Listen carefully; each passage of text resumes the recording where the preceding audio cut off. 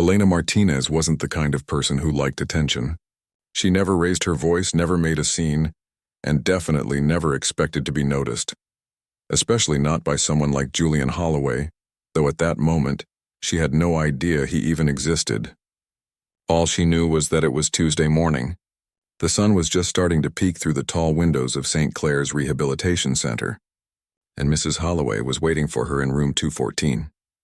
Elena moved quietly down the hallway, her white sneakers barely making a sound against the linoleum floor. Her dark hair was pulled back into a neat bun, and her scrubs, soft blue with tiny white clouds, were clean but slightly faded from too many washes. She carried a clipboard in one hand and a small thermos of chamomile tea in the other. It wasn't part of her job, but she always brought a little extra warmth for the residents who seemed to need it most. Room 214 was near the end of the east wing, away from the louder common areas. That was by design. Mrs. Holloway didn't like noise, not because she was cranky, though some of the newer staff assumed that, but because she couldn't hear it anyway. She was profoundly deaf and had been since childhood. Over the years, she'd grown used to the world moving around her like a silent film. People talking with their mouths but never really talking to her. Most nurses at St. Clair's handled her care the same way. Leave notes, point to pictures, or use exaggerated facial expressions. It wasn't unkind, just practical. But practical didn't always feel human.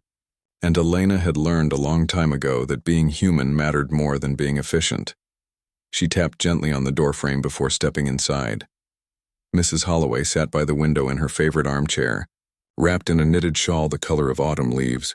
Her silver hair was neatly combed, and her hands rested calmly in her lap, fingers slightly curled like they were waiting for something to hold. When she saw Elena, her eyes brightened.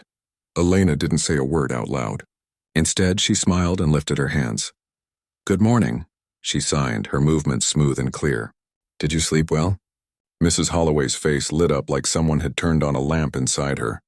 She sat up straighter and signed back, her hands moving with the grace of someone who'd spent a lifetime speaking without sound. "Better than usual?" "I dreamed of my garden. The roses were blooming," Elena chuckled softly. "That sounds beautiful. Maybe we can draw it later? You can show me how the petals curled." They fell into an easy rhythm, checking blood pressure, reviewing medications, discussing breakfast options, all in American Sign Language.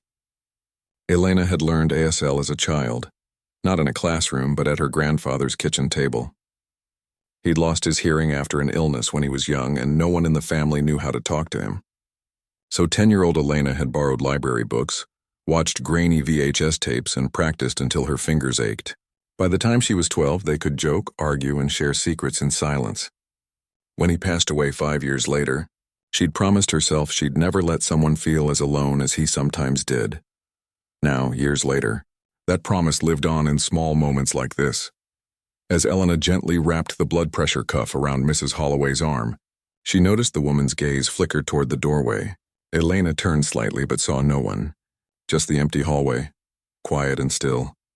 What she didn't know was that someone had been there. Julian Holloway stood just outside the room, hidden by the angle of the wall. He'd arrived early, too early really, because he couldn't sleep. His private driver had dropped him off at 6:45 a.m., and he'd walked straight to his mother's room, papers in hand, mind already racing ahead to his 9 a.m. board meeting. He hadn't planned to stay long. Just sign the transfer documents, confirm the new facility was ready, and leave. He told himself it was for her own good. The new place had round-the-clock specialists, luxury suites, even a private chef. What more could she need? But then he saw her. His mother, usually so reserved, so distant, was laughing. Not just smiling politely, but genuinely laughing. Her shoulders shaking slightly, her eyes crinkling at the corners. And the young nurse. She wasn't just gesturing or writing notes. She was talking to her, with her hands, her face, her whole presence. She leaned in when his mother signed something softly, nodded with understanding, even mimicked the way his mother tilted her head when she was thinking hard. Julian froze. He hadn't seen his mother this alive in years. Not since before the stroke. Not since he'd started missing birthdays for business trips. Not since he'd stopped calling just to hear her voice, even if she couldn't hear his. He should have stepped in. Announced himself. But something held him back. Maybe it was shame. Maybe it was the sudden, sharp realization that this stranger, a nurse in worn, Scrubs knew his mother better than he did. He watched as the nurse carefully opened a small jar of lavender-scented lotion and began massaging it into his mother's dry hands. "Your skin gets so dry in this weather," she signed. "I brought the unscented kind last time, but you said you liked the lavender." His mother nodded, signing, "It reminds me of my mother's garden. She used to hang sachets in my drawers." The nurse smiled. "Then lavender it is." Julian's throat tightened. He couldn't remember the last time his mother had mentioned her own mother. He certainly didn't know about the sachets. He glanced down at the folder in his hand, thick with glossy brochures for the new facility. It looked suddenly cold, sterile, empty. He took a slow step back, then another, until he was out of sight. He didn't want to interrupt. More than that, he didn't deserve to. Back in his car, he sat for a long time with the engine off. Rain began to fall, soft at first, then steady, tapping against the windshield like quiet fingers. He opened the folder and stared at the photo of the luxury suite. Marble floors, floor-to-ceiling windows, a view of the mountains. It looked like a hotel, not a home. He thought about the nurse's hands, gentle, sure, moving with purpose. He thought about his mother's laugh. For the first time in years, Julian Holloway felt like a failure. Not in business, he'd just closed a $200 million deal last week, but as a son. He picked up his phone and dialed the hospital's main line. When the receptionist answered, he cleared his throat. "I'd like to speak with the nursing supervisor for the East Wing," he said, his voice lower than usual. "It's about Nurse Helena Martinez." He'd caught her name tag as she turned to leave the room. Simple white letters on a blue background. Elena M.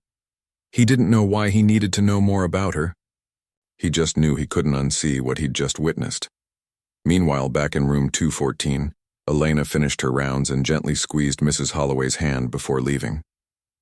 "I'll be back after lunch," she signed. "We'll work on that drawing of your roses." Mrs. Holloway nodded, her eyes warm. As Elena closed the door behind her, the older woman reached for the small notebook on her nightstand. She opened it to a fresh page and wrote in careful script, "Today, someone spoke to me like I mattered." She didn't know it yet, but that small moment, just a greeting, just a few signs, was about to ripple outward in ways no one could predict.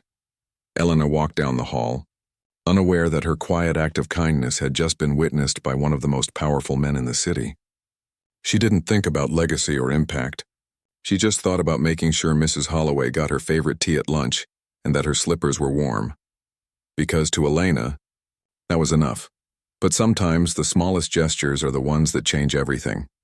Later that afternoon, as she restocked bandages in the supply closet, one of the other nurses poked her head in. "Hey, did you hear? Some bigwig was asking about you this morning. Said he saw you with Mrs. Holloway." Elena blinked. "Really? Who?" "No idea." But he sounded intense. Like, "Tell me everything about her," intense. The nurse grinned. "You in trouble?" Elena shook her head, but a tiny knot formed in her stomach. She wasn't used to being noticed, especially not by strangers. Still, she pushed the thought away. Probably just a family member checking in. Happened all the time. What she didn't know was that Julian Holloway had spent the rest of the morning reading her personnel file. Not to judge her, but to understand how someone so ordinary could do something so extraordinary. He learned she'd been at St. Clair's for 3 years, that she'd graduated top of her class at the community college nursing program, that she volunteered at a weekend clinic for low-income seniors, that she'd never taken a sick day. And he learned something else, too. She lived in a small apartment above a laundromat, took the bus to work, and sent half her paycheck to her younger sister's college fund. None of it sounded like the life of someone who expected anything in return. That night, Julian sat alone in his penthouse, the city lights glittering below like scattered stars. On his desk lay 2 folders, one for the luxury care facility, thick and expensive. The other, a single sheet of paper with Elena's name and a few notes scribbled in his own handwriting. He didn't touch the first folder. He kept looking at the second, and for the first time in a long time, he didn't feel like a CEO. He just felt like a son who'd been given a second chance, and a quiet reminder that real care couldn't be bought. It had to be given, but all of that was still to come. For now, in the quiet halls of St. Clair's, Elena finished her shift, said goodnight to the night nurse, and walked out into the cool evening air, her thoughts on nothing more than what to cook for. dinner, and whether her sister had finished her math homework. She had no idea that her simple act of signing "Good morning" had just set something in motion, something that would soon bring two very different worlds crashing together in the most unexpected way, and it all started with a language spoken without sound. A week passed, and life at St. Clair's settled back into its usual rhythm. Elena changed bed linens, checked IV drips, and made sure Mrs. Holloway got her afternoon crossword puzzle in large print. She'd almost forgotten about the strange comment from her coworker, something about a bigwig asking questions. It hadn't come up again, and honestly, she had too much on her mind to dwell on it. Her sister's tuition payment was due, the laundromat downstairs had flooded again, and one of her favorite patients, Mr. Chen, had been moved to hospice. There wasn't room in her head for mysteries, but someone else hadn't forgotten. Julian Holloway had spent the last 7 days doing something he rarely allowed himself to do: waiting. Not in the impatient, foot-tapping way he waited for delayed flights or slow board members, but in the quiet, uncertain way someone waits for a sign. He'd canceled 2 meetings, postponed a trip to Singapore, and even skipped his usual Friday night dinner with investors. Instead, he sat in his office late into the night, staring at that single sheet of paper with Elena's name on it. He told himself he was just being thorough, responsible. After all, if this nurse was spending so much time with his mother, he had a right to know who she was. But deep down, he knew it was more than that. It was the way his mother had looked alive, not just existing. It was the way the nurse had treated her like a person, not a burden or a duty. And it was the quiet shame that gnawed at him every time he thought about how little he'd done himself. So on Tuesday morning, exactly 1 week after that first visit, he returned to St. Clair's. This time, he didn't come with paperwork or an exit plan. He came empty-handed, wearing a simple navy sweater instead of a suit, and asked the front desk not to announce him. "I'd like to observe," he said quietly, "just for a few minutes." The receptionist, used to wealthy families making demands, blinked in surprise, but she nodded and pointed him toward the east wing. He found his mother in the sunroom, sitting near a large window with a cup of tea steaming in front of her, and there she was, the nurse. Not in a rush, not checking her watch, but sitting across from his mother, signing slowly as they looked at a photo album together. Julian recognized it instantly. It was the one his mother had kept on her dresser for years, filled with black and white pictures of her childhood.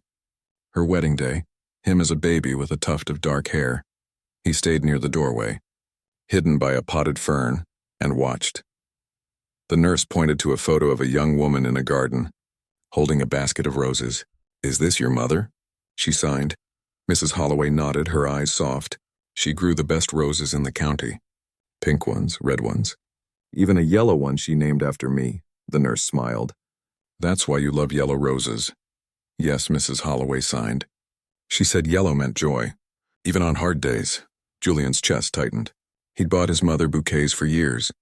Always red, always expensive, always delivered by courier. He'd never once asked what kind she liked. Then the nurse did something that made him catch his breath. She reached into her pocket and pulled out a small folded piece of paper. She opened it carefully. It was a child's drawing, crayon on construction paper. A lopsided house, a smiling sun, and 2 stick figures holding hands under a tree. "This is from my niece," she signed. "She's 5. She says this is me and her grandma, my grandfather. She heard I talk with my hands, so she drew us talking without noise." Mrs. Holloway's eyes filled with tears. She reached out and touched the drawing gently, then signed, "That's beautiful. Tell her thank you." "I will," the nurse said, tucking it back into her pocket like it was something precious. Julian stood there, feeling like an intruder in a moment that wasn't his, but he couldn't look away. There was something so honest about the way they were together. No pretense, no performance. Just 2 people sharing a quiet truth. Finally, the nurse stood to leave. "I'll be back after lunch," she signed. "We'll start that list of your favorite recipes, okay?" Mrs. Holloway nodded, still smiling. As the nurse turned and walked toward the door, Julian stepped back quickly, pressing himself against the wall. But she saw him anyway. For a split second, their eyes met. Elena froze. She recognized him, not by name, but by presence. Tall, sharp features, expensive shoes, the kind of man who didn't belong in a place like this unless he had to. And then she remembered. The bigwig her coworker mentioned. Her stomach dropped. Had she done something wrong? Was he angry she'd been spending extra time with his mother? She gave a small, polite nod and kept walking, her heart pounding. She didn't look back. Julian watched her go, then took a deep breath and stepped into the sunroom. His mother looked up. Her expression changed instantly, shoulders stiffening, eyes guarded. The warmth from moments ago vanished like mist. "Hello, Mother," he said, his voice softer than usual. She didn't sign. She just looked at him, waiting. He sat down in the chair the nurse had just vacated. It was still warm. "I saw you with Nurse Martinez," he said carefully. "She seems kind." Mrs. Holloway's hands moved slowly, deliberately. "She sees me. Not my last name. Not my son's money. Just me." The words hit him like a punch. He swallowed. "I'm trying to do better." She studied him for a long moment. Then very quietly she signed. "Trying isn't enough." "You have to be here," he nodded. "I know." They sat in silence for a while. Outside, birds chirped. A nurse wheeled an elderly man past the window, humming under her breath. Normal life moving on. Finally, Julian said, "I canceled the transfer." His mother's eyebrows lifted. "I'm not moving you. Not to that place. It's too cold, too empty." He paused. "You belong here, where people know your name, where someone brings you lavender lotion because you like the smell." A small smile touched her lips. She reached out and patted his hand, something she hadn't done in years. Later that afternoon, Julian didn't go back to his office. Instead, he drove to the public library downtown, the same one Elena had visited as a child.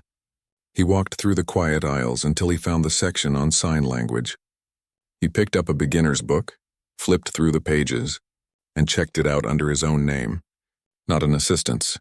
That night, alone in his apartment, he sat at his kitchen table with the book open, practicing the alphabet with stiff, awkward fingers.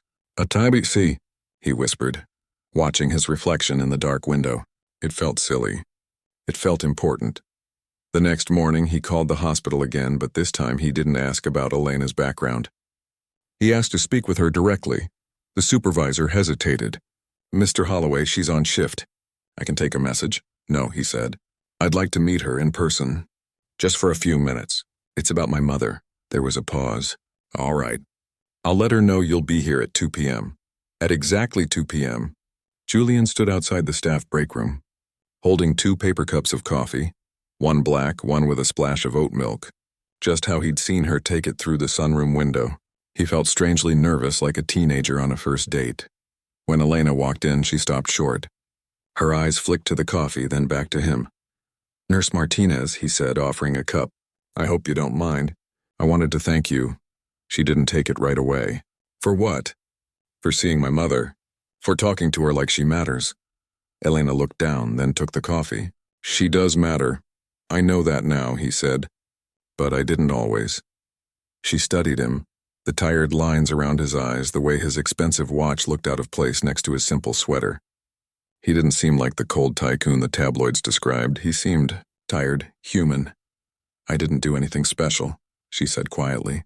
"I just used my hands instead of my voice." "But you chose to," he said. "Most people don't." They stood in silence for a moment. Then Elena said, "You could learn, you know." He blinked. "Learn what?" "Sign language. It's not that hard. Your mother would. She'd love it." He looked at her, surprised. "You'd teach me?" She shrugged. "Not me personally, but there are classes, books, videos. You just have to show up." He nodded slowly. "I'll try." "Trying isn't enough," she said gently, echoing his mother's words. "You have to be here."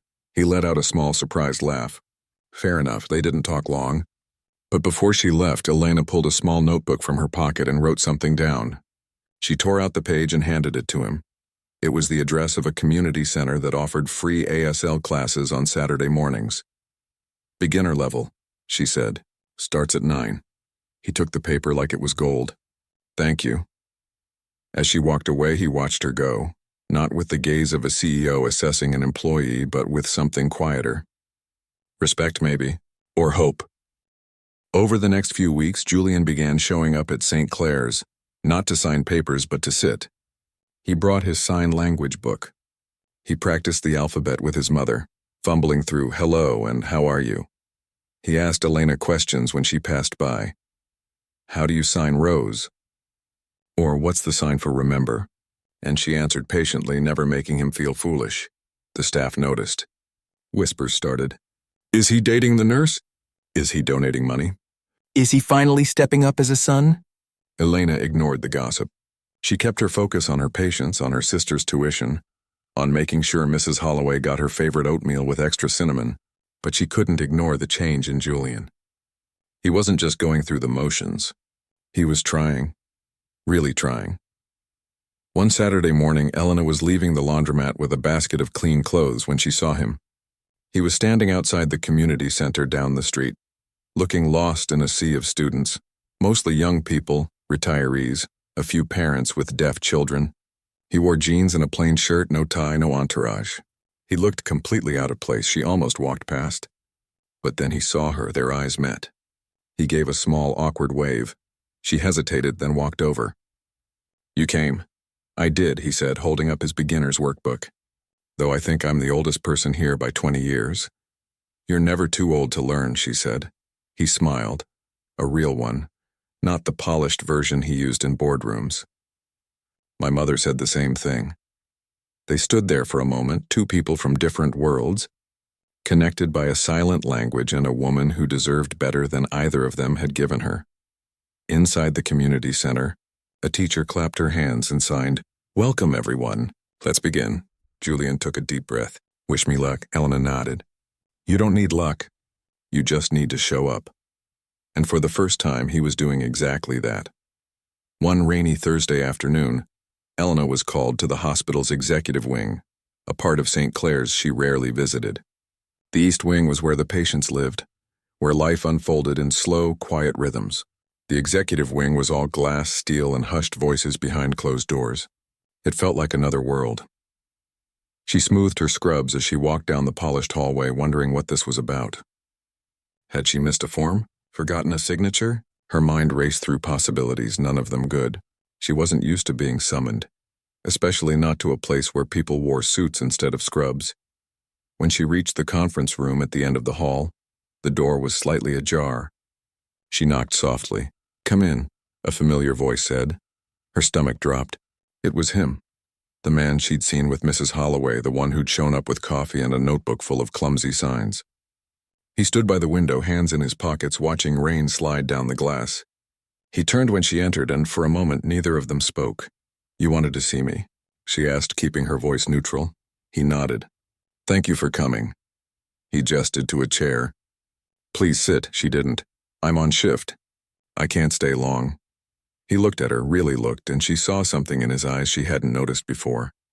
Not power, not pride, but something softer. Uncertainty, maybe. Or regret, I know, he said. And I'm sorry to pull you away. But I needed to talk to you. In person. She crossed her arms lightly. About your mother? Yes, and about you. That made her tense. Me? He took a step forward, then stopped himself, like he remembered she might not want him too close. I've been coming to the ASL class, he said. Every Saturday. I'm terrible at it, but I'm trying. I noticed, she said, remembering the few times she'd seen him outside the community center, fumbling with flashcards. My mother, she smiled yesterday when I signed I remember. Just those two words. But it meant something. He paused. She hasn't smiled like that in years. Elena's guard softened just a little. She's a strong woman. She's waited a long time for you to come back. I know. His voice was quiet. And I don't expect forgiveness. I want to do better. But I don't know how. She studied him. He wasn't asking for advice like a CEO issuing a command. He was asking like a son who'd lost his way. Start small, she said. Don't try to fix everything at once. Just be there. Even if you don't know the signs, just sit with her. Hold her hand. Watch her favorite old movies with her. She loves that black and white musical from the 50s, the one with the dancing in the rain. He smiled faintly. Singin' in the Rain. She used to play it on repeat when I was a kid. Then play it again, Elena said. Not because you have to. Because you want to. He nodded slowly. Then, after a beat, he said, You treat her like she's someone worth knowing. Not just my mother. Not just a patient, but a person. She is, Elena said simply. I see that now, he replied. And I see how much you care. Not just about her, about all of them. Mr. Chen, Mrs. Gupta, even the new guy in 209 who doesn't speak English. You find a way. She looked down. It's my job. No, he said gently. It's more than that. Anyone can take vitals, but not everyone sees the person behind the chart. She didn't know what to say to that. So she stayed quiet. He took a deep breath. I've decided not to move her. She stays here? At St. Clair's? Relief washed over her, though she hadn't realized she'd been worried. She'll be happy to hear that. I told her this morning. She signed, "Thank you for listening." He looked away, his voice thick. I don't think she said that to me in 20 years. The room fell silent except for the sound of rain tapping against the windows. Outside the world was gray and wet, but inside something felt lighter. Then he did something unexpected. He pulled a folded piece of paper from his jacket and handed it to her. What's this? She asked. A proposal, he said. Not from the CEO, from me. She opened it carefully. It was a simple sketch, a floor plan of a new wing at St. Clair's. There were labels: quiet lounge, ASL communication room, garden courtyard, family visiting nooks.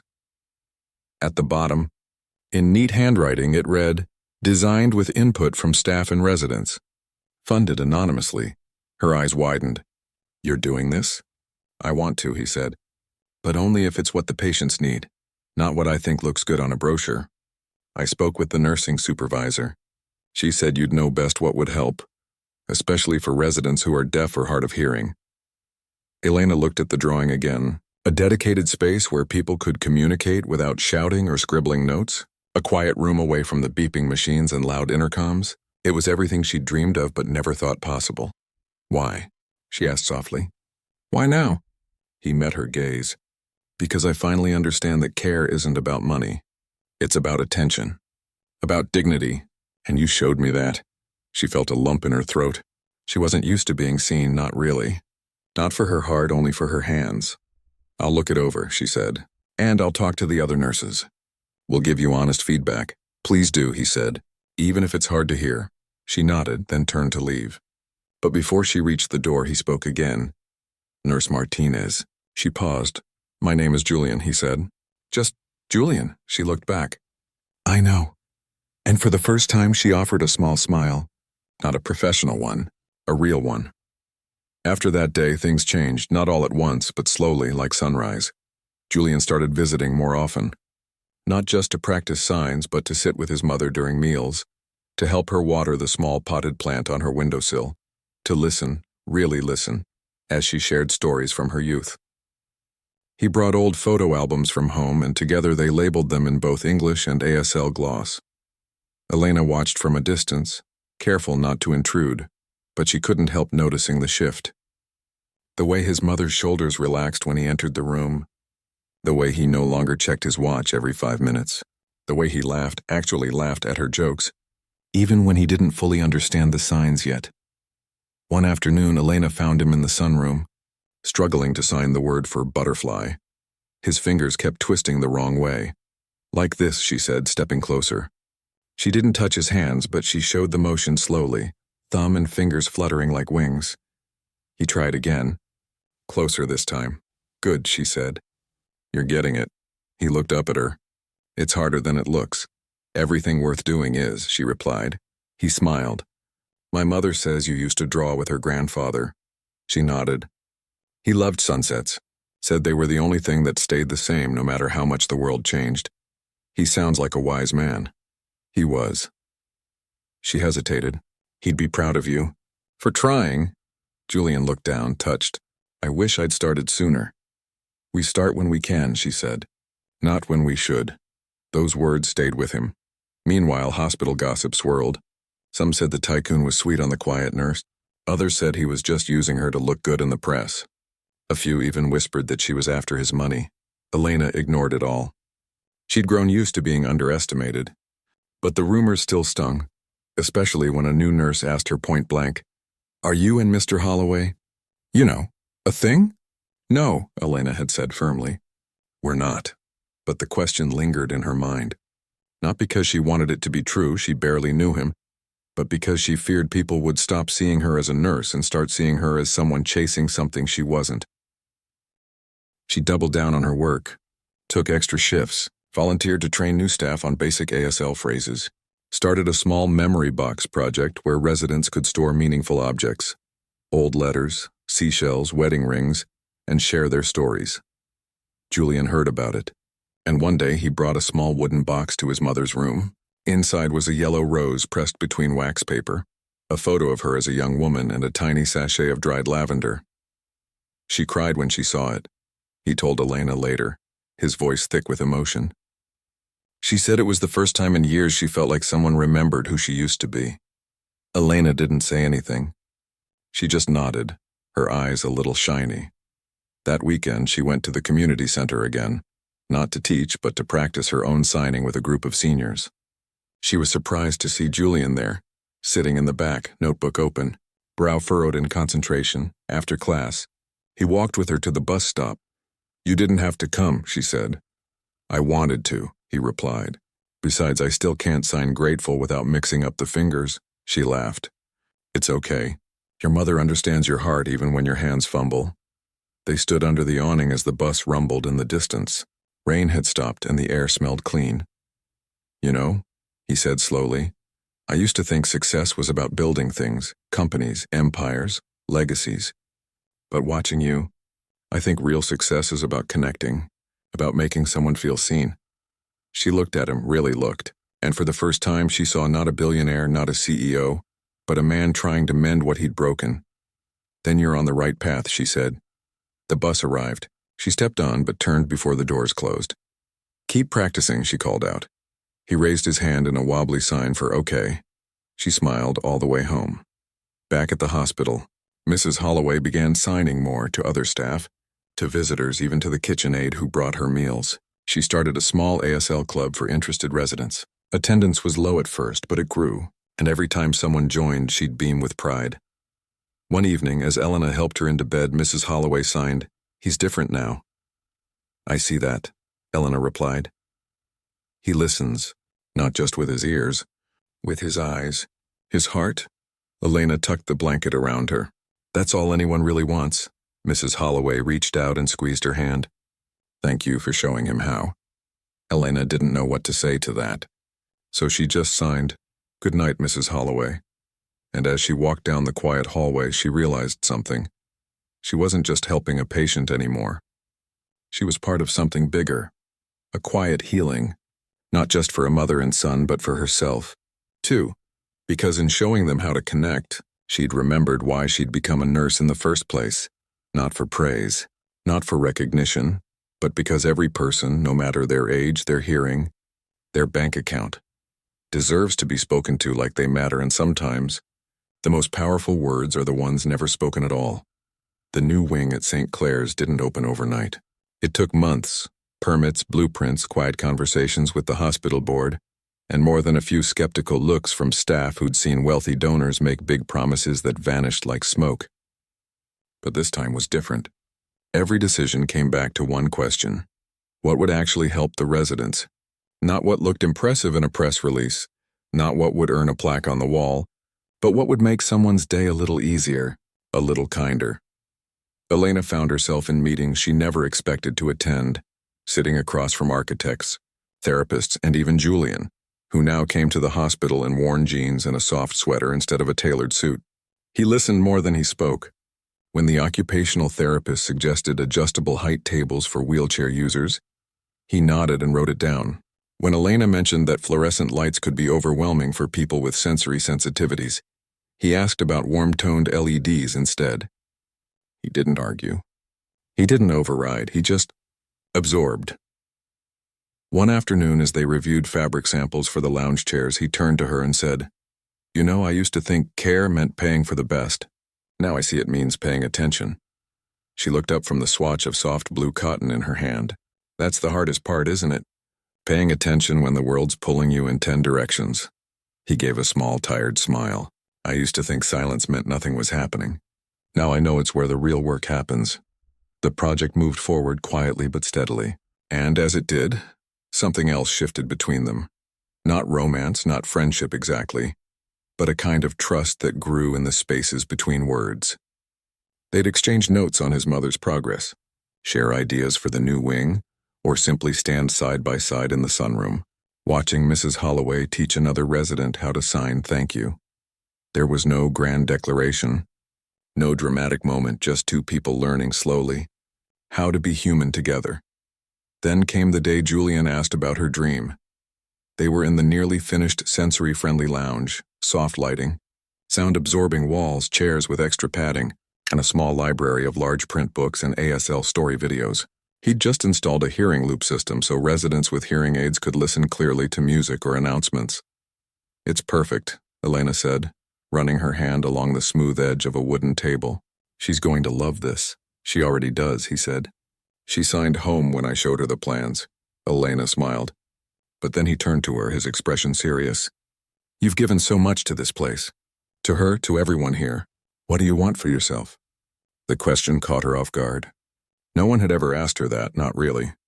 Her family assumed she'd always be the steady one, the helper, the one who put others first. Even she had stopped thinking about what she wanted. She hesitated. I said, "I've always dreamed of opening a small clinic. Just a modest place in the neighborhood. For older adults who are deaf or hard of hearing. Somewhere they can get basic care without feeling like a burden. Where someone speaks their language, literally." He listened, his eyes steady on hers. "Where would it be? Near the bus line, maybe. Somewhere affordable. I've looked at a few spaces, but..." She trailed off, shaking her head. "Rent's high. Licenses are expensive. I'd need help with equipment, staff. It's just a dream." "It doesn't have to be," he said quietly. She looked at him, wary. "I don't want your money." "I'm not offering money," he said. "I'm offering support. A space, a team, a chance you'd run it, every decision, every detail. I'd just make sure the door stays open." She studied him, searching for hidden motives for the catch, but all she saw was sincerity. "Why?" "Because you see people the way they should be seen," he said. "And the world needs more of that. Not just here, everywhere." She didn't say yes right away. She went home that night and thought about it for a long time. She talked to her sister, who said, "If it helps people like Grandpa, then do it." She prayed. She made lists of pros and cons, and in the end, she realized this wasn't about him. It was about the dozens of seniors she'd met over the years who'd gone without care because no one understood how to talk to them. A week later, she met him in the hospital garden, a small patch of green with benches and blooming lavender. "I'll do it," she said, "but on one condition. Name it. You don't get a sign with your name on it. No Holloway Wellness Center, just a name that means something to the people who'll use it." He thought for a moment. "What if we call it the listening room?" She smiled. "That's perfect." Work on the community clinic began soon after. Julian leased a small storefront on Maple Street, quiet, accessible near the senior center. He hired builders who understood accessibility, not just aesthetics. He sourced exam tables that could be adjusted for wheelchairs, installed visual alert systems for doorbells and phones, and even painted the walls in calming, non-glare colors based on Elena's notes. But the real magic came from Elena. She designed intake forms in both print and ASL video format. She trained the front desk staff in basic signs. She reached out to retired nurses and volunteer interpreters. She hung framed drawings from local deaf children on the walls. Every detail carried her quiet fingerprint. Through it all, Julian stayed in the background. He showed up with coffee for the workers. He carried boxes. He fixed a leaky sink when the plumber was delayed. He never took credit, and slowly the staff stopped seeing him as the rich guy and started seeing him as just Julian. One Saturday, as they painted the waiting room a soft sage green, Mrs. Holloway came to visit. She wore a bright yellow scarf and carried a small potted rosebush. "For the garden," she signed to Elena, pointing to the tiny patch of soil out back. Elena hugged her. "It's beautiful. Just like your roses." Mrs. Holloway turned to her son. "You did good," she signed. He looked down, touched. "No, Mother. We did good." Later that day, as the sun dipped low, Elena and Julian sat on the back steps, sipping tea from paper cups. The rosebush sat between them, its leaves shimmering in the golden light. "She's proud of you," Elena said. "I'm proud of us," he replied. "Of what we're building." She looked at him. "You've changed. So have you," he said gently. You used to keep everyone at arm's length. Now you're letting people in, even me. She didn't deny it. Maybe I'm learning that trust isn't weakness. Maybe I'm learning that success isn't measured in profit, he said, but in peace. They sat in comfortable silence for a while. Crickets began to chirp. A neighbor walked by with a dog, waving as they passed. Then Elena said, "You know, I used to think people like you lived in a different world. All boardrooms and private jets. But you're just a man who loves his mother. And you're just a woman who sees people," he said. "Even when they're hiding," she smiled. "Guess we're both more than what the world assumes." Guess so. As the weeks passed, the clinic took shape, not just as a building but as a community. Local seniors started stopping by just to say hello. A retired teacher offered to lead a weekly ASL conversation group. A pharmacy down the street agreed to deliver prescriptions with visual confirmation. It wasn't fancy. It wasn't famous. But it was theirs.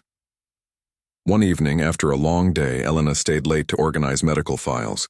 She didn't hear Julian come in. "You're still here," he said softly. She jumped, then laughed. "Just finishing up," he handed her a paper bag. "Dinner. From that little dumpling place you like." She hadn't told him she liked it, but she must have mentioned it once, months ago. And he remembered. "Thank you," she said, touched. They ate in the quiet clinic. The only sound the rustle of paper and the hum of the refrigerator. Outside streetlights flickered on. After a while he said, "My mother asked me something today." "What?" She signed, "Are you happy?" He paused. I told her yes. And for the first time in a long time, I meant it. Elena looked at him. "What changed?" "I stopped trying to fix the past," he said, "and started building something new." She nodded. "That's the bravest thing anyone can do." He looked around the room, the shelves lined with supplies, the colorful posters explaining health tips in ASL, the small vase of yellow roses on the reception desk. "This place, it's going to help so many people," he said. "It already has," she replied, "just by existing." And in that moment, they both understood. This wasn't about him saving her dream or her fixing his family. It was about two people choosing every day to show up, with open hands and open hearts. Because sometimes healing doesn't come from grand gestures. It comes from a shared meal on a quiet evening, from remembering how someone takes their tea, from learning to say "I'm sorry" in a language you never knew you needed. And as the night deepened outside, the lights of the little clinic stayed on, soft, steady, and full of promise. The morning of the opening was cool and clear, the kind of day that feels like a fresh page. By 8 o'clock, the sidewalk in front of the small building on Maple Street was already filling with people. Not with cameras or reporters, Julian had made sure of that, but with neighbors. Seniors from the nearby housing complex, a few nurses from St. Clair's, and a handful of families with children who were deaf or hard of hearing. They came with flowers, handmade cards, and quiet curiosity. Elena stood just inside the doorway, smoothing her simple navy dress. Her hands trembled slightly. Not from nerves, but from the weight of something long imagined finally becoming real. She'd walked past this building 100 times over the years, always thinking, what if? Now the sign above the door read, "The Listening Room, Community Wellness for All." No grand titles, no corporate logos, just warmth, clarity, and an open door. Julian arrived a little before 9, not in a luxury car, but on foot, carrying a small box wrapped in brown paper. He wore a soft gray sweater and looked more like a teacher than a CEO. When he saw Elena, he didn't say much, just handed her the box and gave a small nod. She opened it carefully. Inside was a framed photo, her and Mrs. Holloway, sitting together in the sunroom at St. Clair's, both signing friend. On the back, in neat handwriting, it read, "For the woman who taught us how to listen." Elena's eyes filled. She didn't trust herself to speak, so she just signed, "Thank you." He smiled. She picked the frame. At exactly 9, Mrs. Holloway arrived, leaning lightly on a cane but standing tall. She wore a yellow dress, the same shade as her favorite roses, and a string of pearls that had belonged to her mother. When she stepped onto the small platform set up near the entrance, the crowd quieted. Elena stepped forward and began signing for those who couldn't hear the spoken words. "Today isn't about a building," she signed. "It's about belonging, about making sure no one has to sit in silence while the world talks around them." Then Julian spoke, his voice calm and steady. This place exists because someone chose kindness over convenience. Because someone saw a person, not a problem. He looked at Elena. And because my mother reminded me that love isn't measured in gifts, but in presence. Mrs. Holloway stepped up next. She didn't speak aloud, she never had. But with Elena beside her, translating her signs into words for the hearing crowd, she shared a simple message. For years, I felt invisible. Not because I couldn't hear, but because no one tried to reach me. Today, I feel seen, and I hope this place helps others feel the same. Then, with hands that had signed through decades of silence, she cut the ribbon, bright yellow, like joy. Applause rose, soft at first, then warm and full. Some clapped, others stomped their feet, a tradition in the deaf community so the vibration could be felt. Children waved handmade signs that read, "Welcome," and "We belong here." An elderly man in a wheelchair wiped his eyes and signed to his granddaughter, "This is what hope looks like."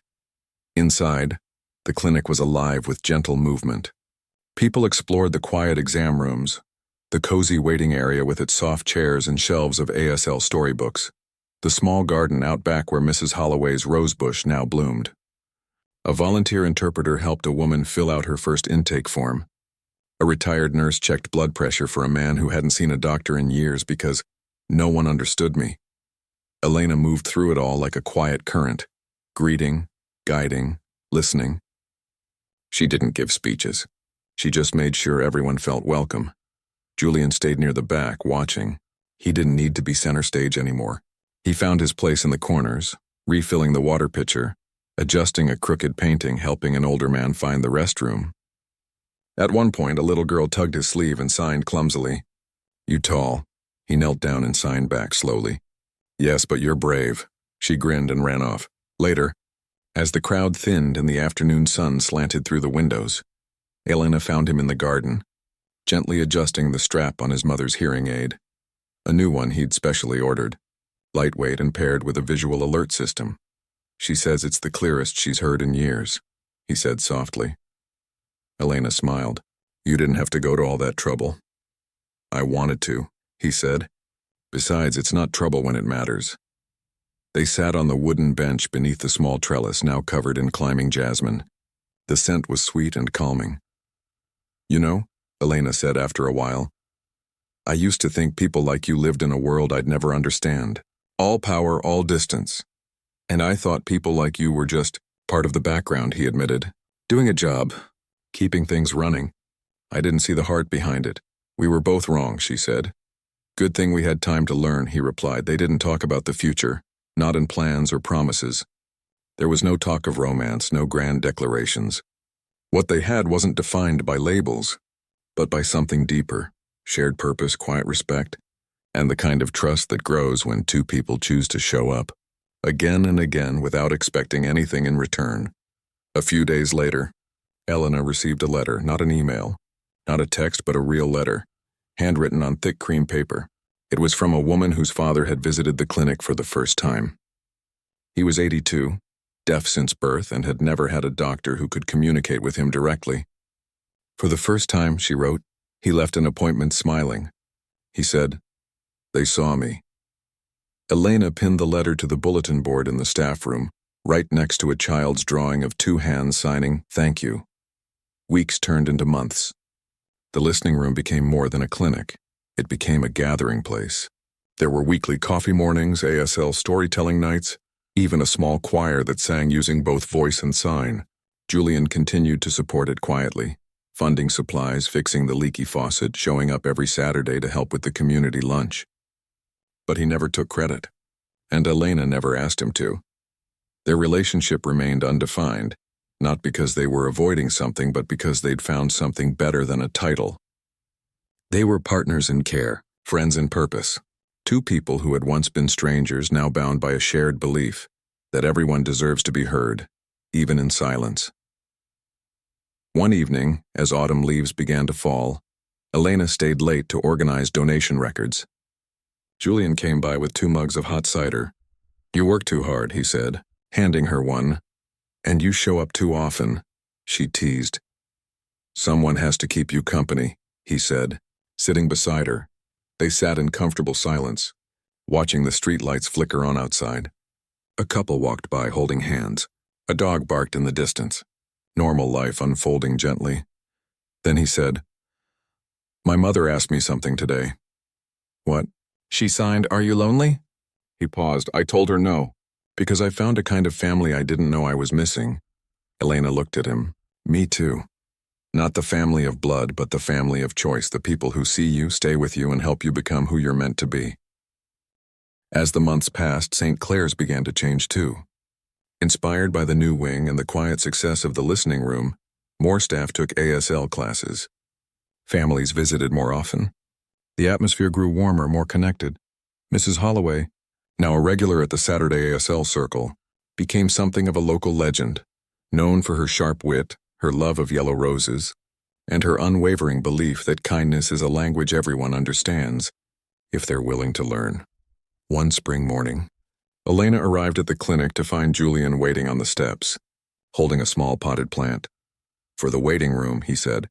"It's a peace lily, supposed to purify the air." She took it, smiling. "You always bring something." "Only because you make space for it," he said.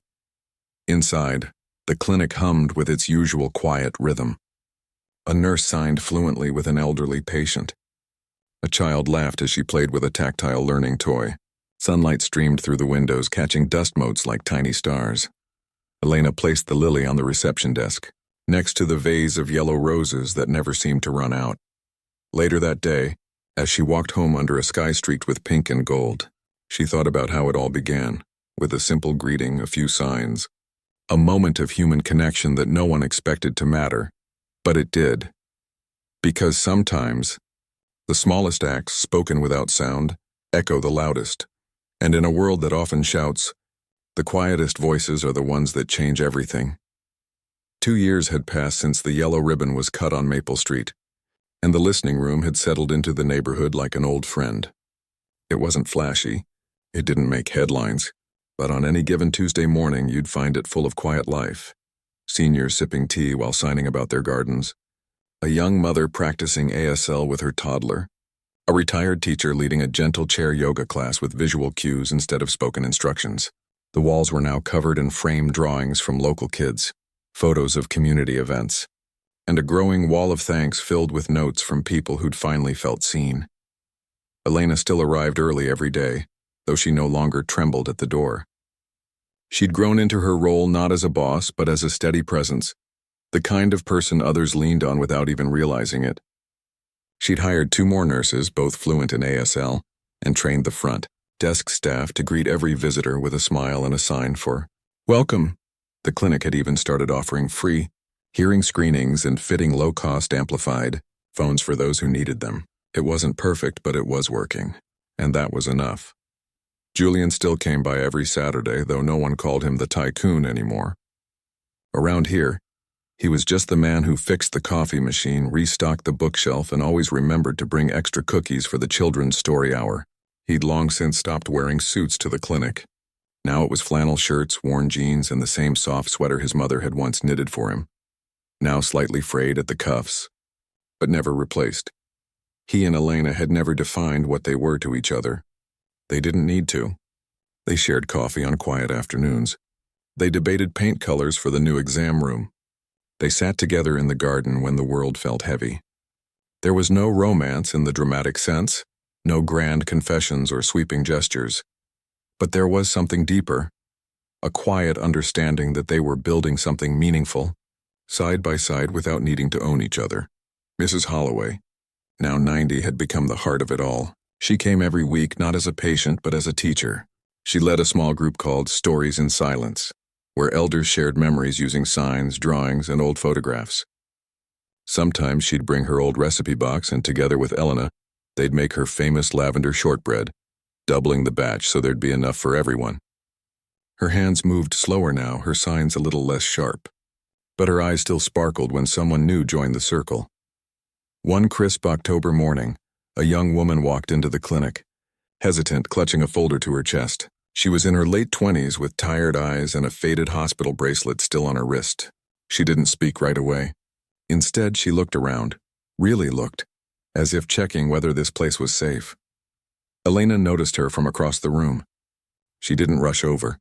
She just made a pot of chamomile tea, poured 2 cups and carried one over, setting it gently on the table beside the woman. After a long pause, the woman signed, her movements stiff like she hadn't used them in a while. My grandmother. She was deaf. I learned a little ASL as a kid, but I forgot most of it after she passed. Elena nodded. It's okay. You're remembering now. The woman looked down. I don't know where to start. I feel lost. Elena sat across from her. You're not lost. You're here. That's a start. They talked for an hour. About grief, about guilt, about how hard it is to reconnect with a part of yourself you've buried. By the end, the woman was crying, but softly like rain after a long drought. Before she left, she asked, Do you ever take volunteers? Elena smiled. We always need more hands and more hearts. That evening, as the sun dipped below the rooftops, Elena found Julian in the back garden, watering the roses. Mrs. Holloway sat nearby in her favorite wicker chair, wrapped in a quilt, watching sparrows flit between the branches. She stayed for 2 hours, Elena said, sitting beside him. Who? He asked, not looking up. The young woman. She's going to come back next week. To help, he paused, then turned off the hose. You gave her a place to belong? No, Elena said softly. We did. He looked at her then, at the quiet strength in her eyes, the lines of care around her mouth, the way she carried the weight of the world without ever letting it crush her. And for the first time in a long time, he didn't feel like he needed to fix anything. He just felt grateful to be part of something that mattered. Later that night, as Elena walked home under a sky full of stars, she passed the laundromat where she'd once lived above the rumble of dryers.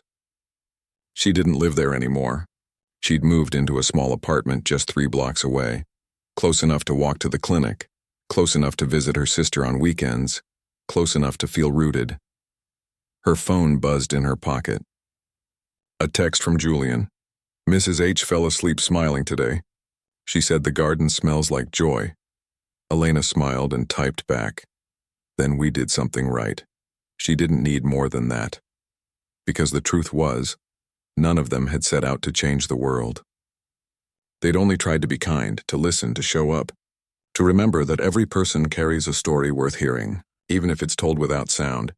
And in doing that, they'd built something rare, a place where silence wasn't empty but full of connection, full of care, full of the quiet, steady love that grows when people choose to see each other, not for what they have, but for who they are. Years from now, long after the paint on the clinic walls had faded and the rosebush had grown tall and wild, people would still talk about the listening room, not because it was grand, but because it was true. And in a world that often shouted to be heard, that kind of truth was the rarest gift of all. As Elena turned the corner toward home, a neighbor waved from her porch. A dog barked playfully down the street. Somewhere inside the clinic, a light stayed on, just in case someone needed it, and in that ordinary, beautiful moment, everything felt exactly as it should be.